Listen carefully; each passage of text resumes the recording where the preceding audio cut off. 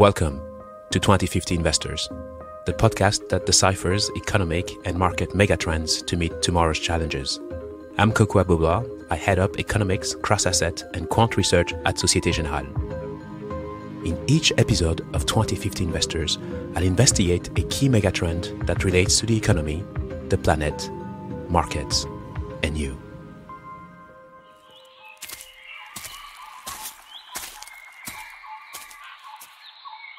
Help, is anyone here? I'm running out of battery and I'm in urgent need of electricity. I will take anything: coal, gas, solar, wind, nuclear, anything. Please.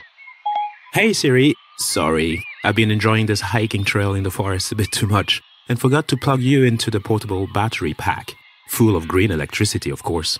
Okay, let me quickly put you on power saving mode too. Here you go. Thank you for not starving me out. This was borderline mobile phone abuse. I was about to pass out. I apologize, Siri. It was unintentional. Apology accepted. This is clearly not my natural habitat. No Wi-Fi connection, no running electricity, and no tech diversity. What the hell is this place? Well, Siri, this is a buzzing, living, biodiverse forest. This is what biodiversity looks like, sounds like, and smells like. Now, let's take a deep breath of fresh air. Ahem, easy for you to say. I cannot smell. But hold on a second. You are not going to make me sing I Wanna Be Like You from the Jungle Book, are you? Because I don't want to be human too. Woo-hoo-hoo. Shubbity-da-hum. No, I like you the way you are. And besides, strength lies in differences, not in similarities, to quote author Stephen Covey. So, we are investigating one important form of diversity, biodiversity, also known as biological diversity. It is defined as the variety of all living things and their interactions. There are three levels of biodiversity: species, genetic, and ecosystem diversity. In this forest, for example, it includes not just trees, but a multitude of plants, fungi, animals living above and below ground. You need to add all the microorganisms and their associated genetic diversity. And more importantly, the critical circular network and interdependence that connect all of them. The biodiversity in these forests and land were deeply disrupted by human activity. This started with carbon-intensive agriculture, mining, oil extraction, and the building of large cities over the past 2,000 years. Today, they are very energy-intensive places, crowded, engulfed in constant noise, air and light pollution. Traffic all around. Cars, trains, airplanes. New construction work to accommodate a growing population that needs to be fed with large amounts of imported carbon-intensive food. You then have a huge amount of waste, plastic pollution, and finally, billions of tons of greenhouse gas emissions. We covered a number of these themes in the Carbon-Free Calories and Smart Cities episode. I feel you are being overly critical about my natural habitat and digital ecosystems, which is, may I remind you, yours too. Sorry, I don't mean to be harsh, but I have good reasons. Have you not read the latest IPCC report? The sixth assessment report on climate change says that unless we take more drastic actions in decarbonizing the global economy, we are heading towards not 2.3 degree, but 3.2 degree global warming by the end of the century. Very alarming indeed, especially for the proverbial and, dare I say, masochist frog in boiling water. Yes, our time is running out. I have also been receiving several emails, research articles on biodiversity from colleagues, friends, and clients who are passionate about this topic. It is worth investigating. So, let's ask some key questions. Why is preserving biodiversity so crucial and probably as important as reducing carbon emissions? If not done correctly, could the urgent need to transition from burning fossil fuels to the use of renewable energy potentially threaten biodiversity? Later on, our guest, Mathieu Morin, co-founder and CEO of Iceberg Data Lab, explains how we can measure, track, and monitor biodiversity footprint across supply chains and corporate business activities. He also shares with us the innovative solutions not only protecting but also restoring biodiversity. Let's start our investigation. First, trivia time. Earth was formed over 4.5 billion years ago, with life starting about 3.8 billion years ago. According to nationalgeographic.org, there have been 5 mass extinction events. Already? Yes, the world's leading conservation organization, WWF, describes an extinction as a short period of geological time in which a high percentage of biodiversity or a distinct species dies out. It's important to note that in geological time, a short period can span thousands or even millions of years. The first extinction occurred about 440 million years ago and killed 71% of all living life.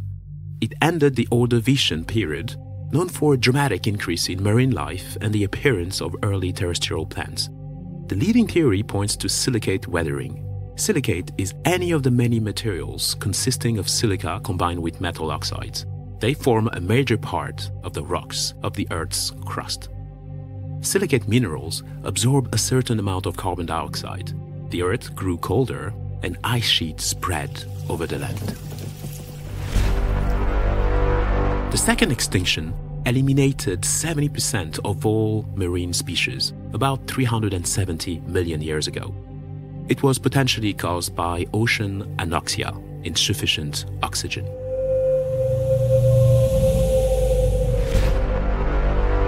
The third one, the greatest extinction of all, was called the Great Dying. It occurred 252 million years ago and may have lasted as long as 15 million years. The Great Dying wiped out 80% of marine life and 70% of terrestrial life. The main cause may have been high ocean temperatures and clouds from volcanic eruptions.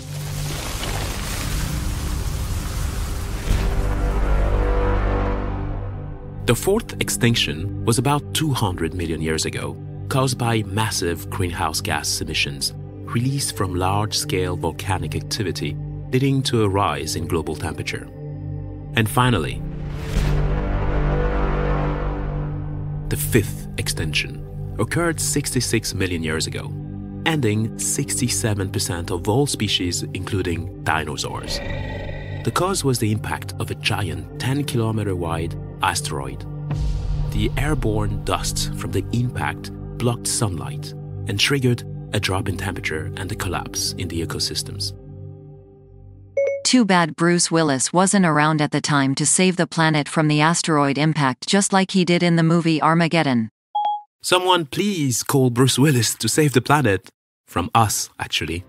There's a sixth extinction on the way, caused by human activity. Species are going extinct between 100 to 1,000 times faster than they did in the millions of years before humans began to dominate the planet. Scientists at a biological extinction conference held in 2017 at the Vatican suggested that 50% of all living species could go extinct by the end of the century because of global warming. This is happening at a rate faster than species' ability to adapt. This is even more alarming when you consider, according to the National Geographic Society.org, that there are around 8.7 million species of plant and animals in existence and only 1.2 million have been identified.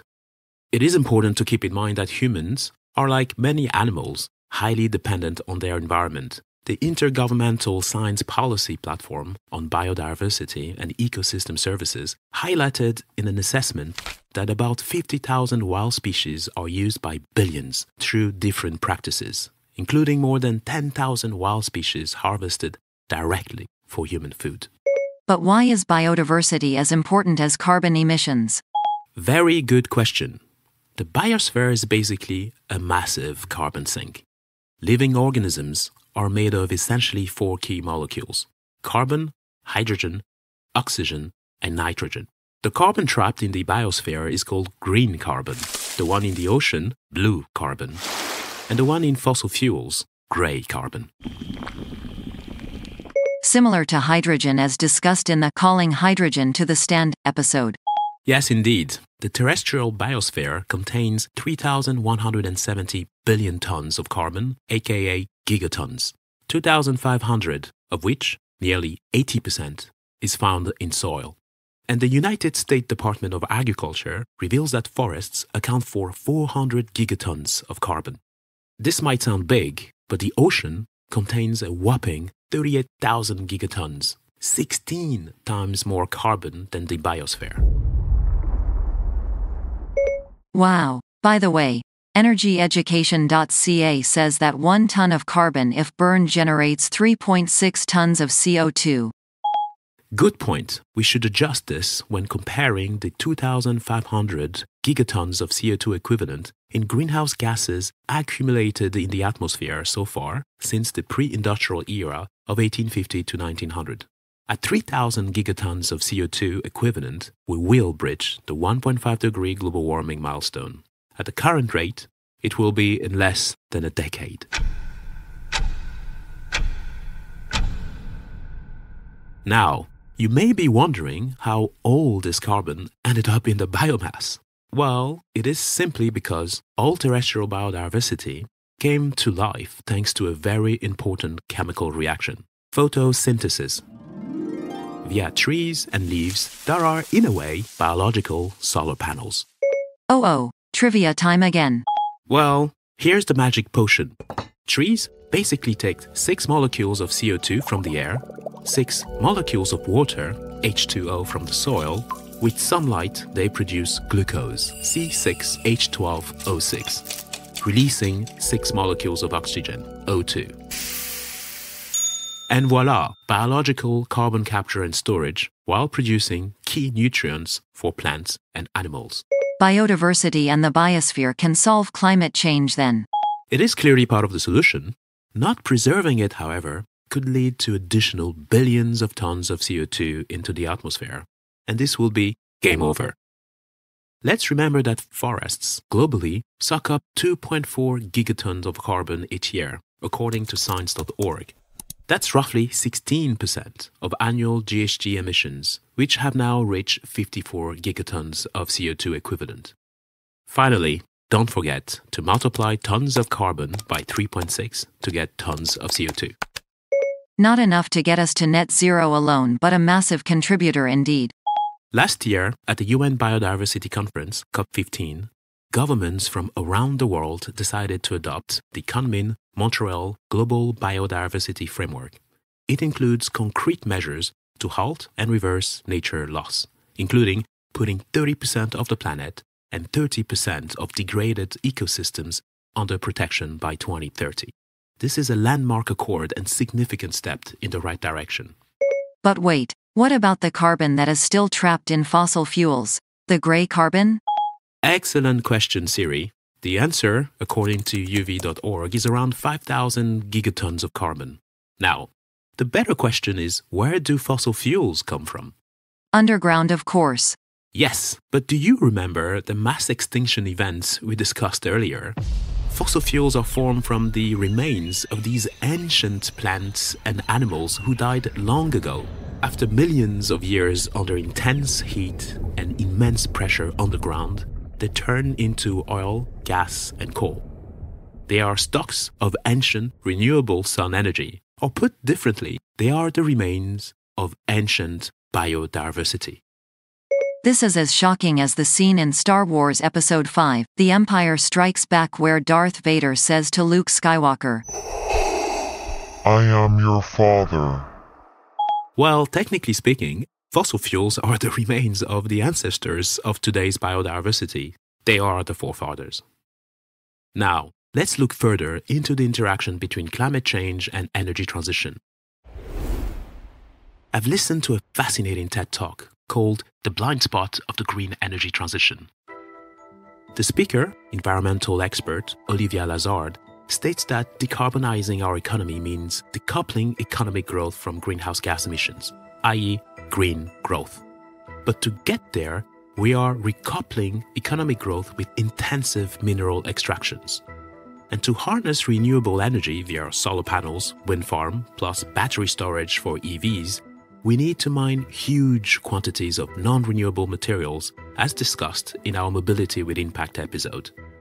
However, because of the low density of minerals in rocks, we need to dig and dig and dig even more into large quantities of earth deep into the environment for key minerals such as lithium, copper, cobalt, and so on.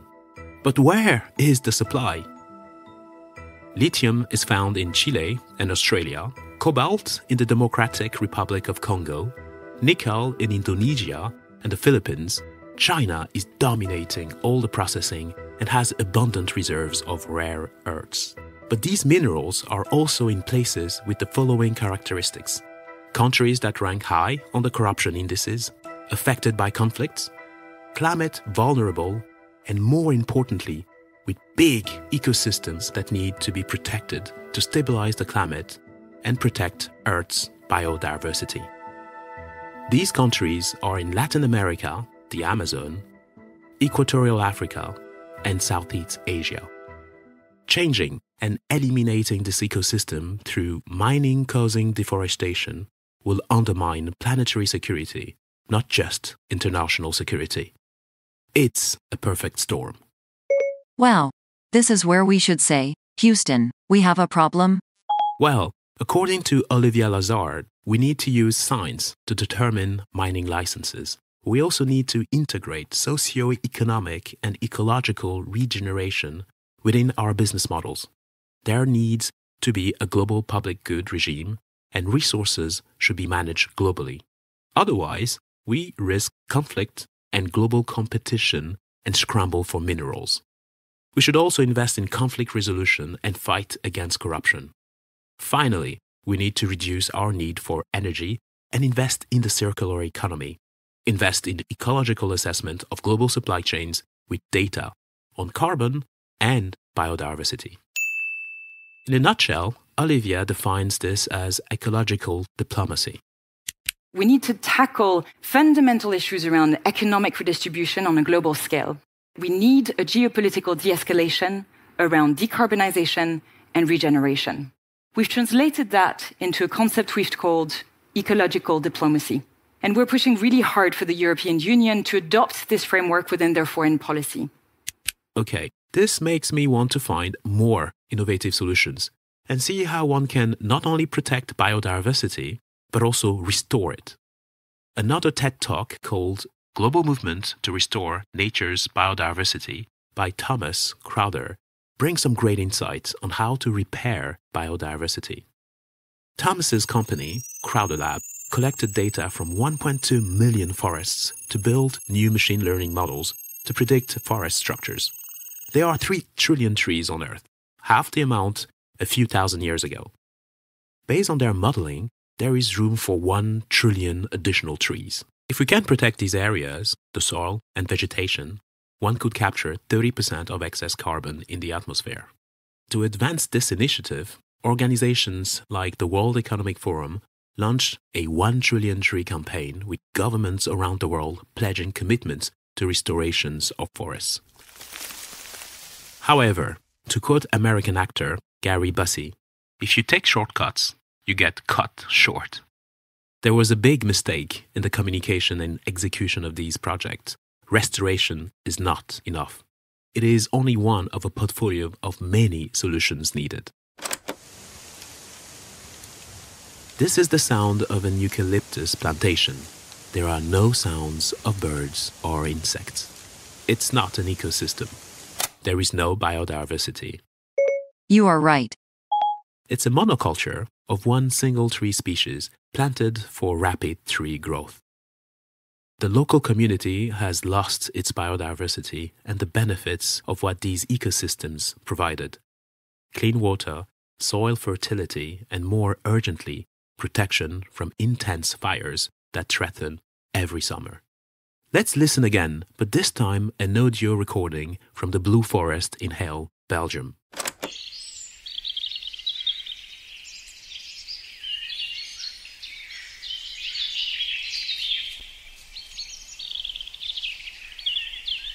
Here you can hear the beautiful sound of birds chirping. And if you listen more closely, the leaves dancing in the wind.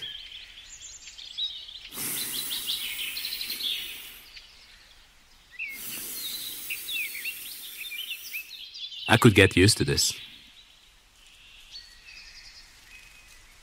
According to an UN report, 50% of reforested areas around the world are monocultures, planted for rapid carbon capture or timber production. They offset emissions without considering the local ecology, which is not sustainable longer term. There is a big risk of reforestation done wrong. Every good idea only works if done right. In response, Thomas created Restor, R-E-S-T-O-R, an open data platform through a collaboration with Google and the scientific community.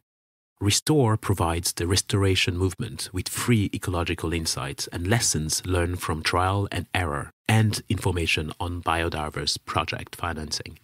Restor not only provides information about trees, but also land and soil protection, while protecting the interdependence networks of species. So, we explore the development of biodiversity, the interaction between climate change and energy transition, and finally, how to repair biodiversity. Let's now discuss how we can track and measure biodiversity to preserve the environment and fight climate change with Mathieu Morin, co-founder and CEO of Iceberg Data Lab, a database focused on assessing the biodiversity footprint of businesses.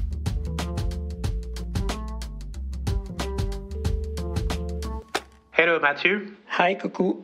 Thanks so much for joining us. Thank you for your invitation. So let's kick off then. First question, can you tell us about your company's mission statement and also how you came up with the name?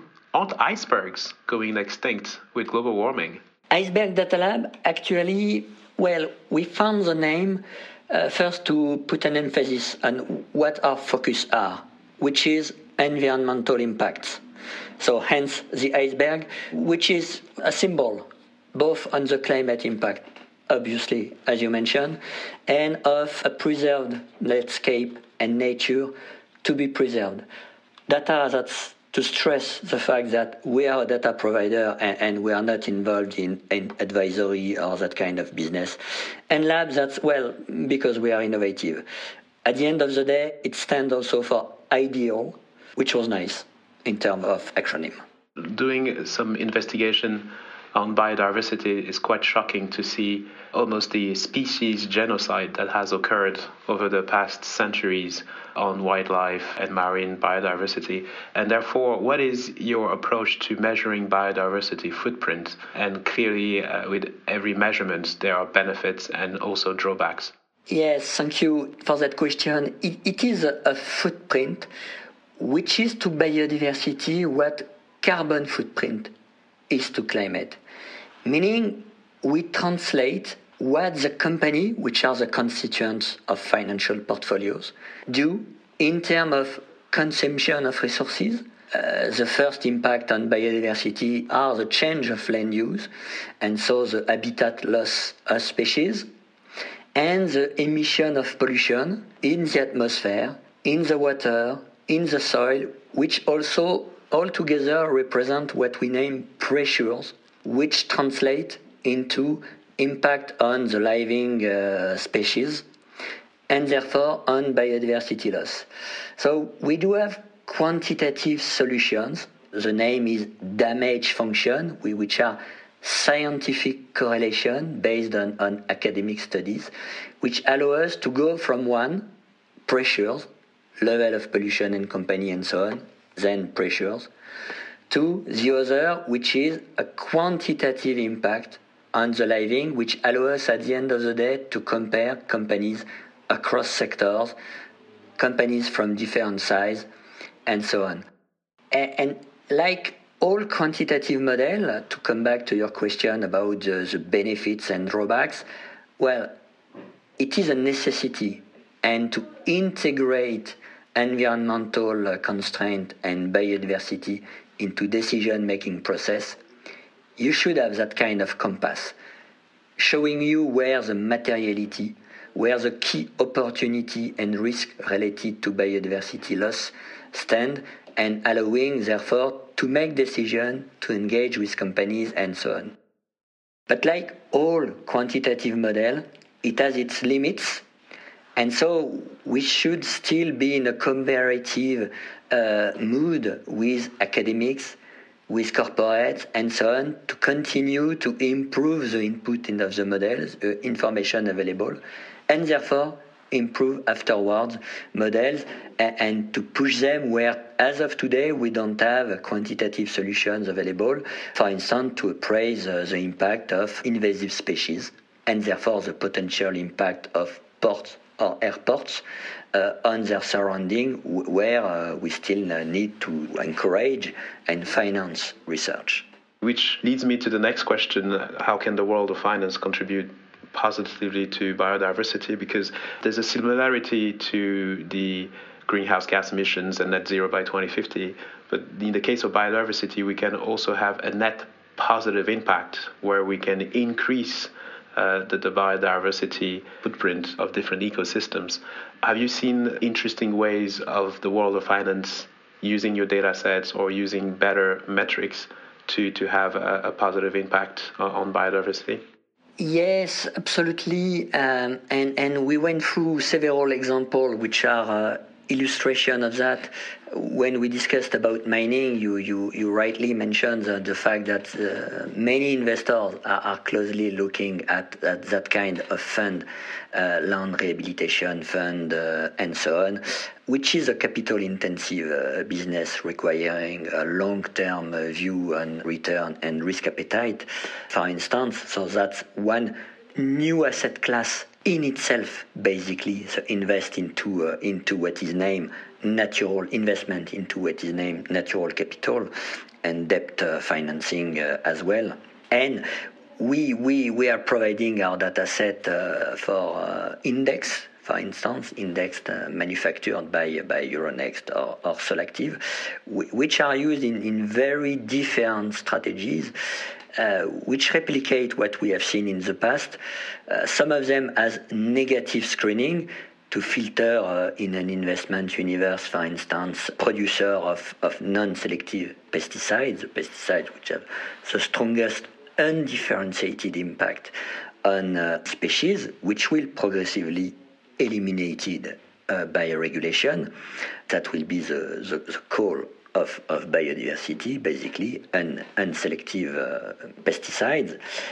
And the other way around, to identify a positive screening and a positive best-in-class selection, basically, to identify the new business models, such as the few that we listed earlier, which will continue to provide a service which is essential to humanity, feeding, transportation services, energy, and so on, but by reducing the level of pressure entailed, so reducing the consumption of resources or reducing the level of pollution.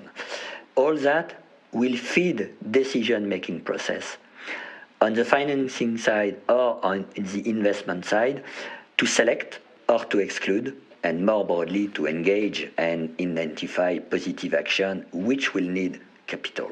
Brilliant. Definitely do agree. When there's will, there is a way. So we'll have to act more strongly with more conviction, and hopefully we'll get there. So this has been fascinating. Thanks so much for your insights, and looking forward to discuss and share views on biodiversity at a later stage. Thank you, Kokou. I will conclude this episode not with a quote this time, but with the lyrics of one of my favorite songs, What a Wonderful World by Louis Armstrong. It is, in my opinion, a touching and powerful tribute to our planet, its biodiversity, and our duty to protect it. I see trees of green, red roses too. I see them bloom for me and you, and I think to myself, what a wonderful world.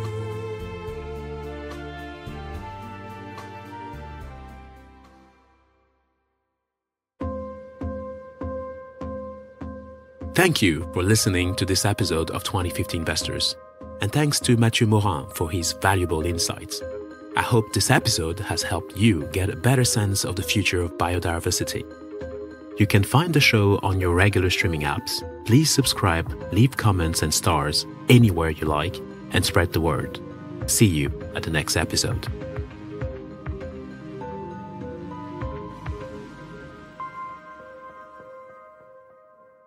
While the following podcast discusses the financial markets, it does not recommend any particular investment decision.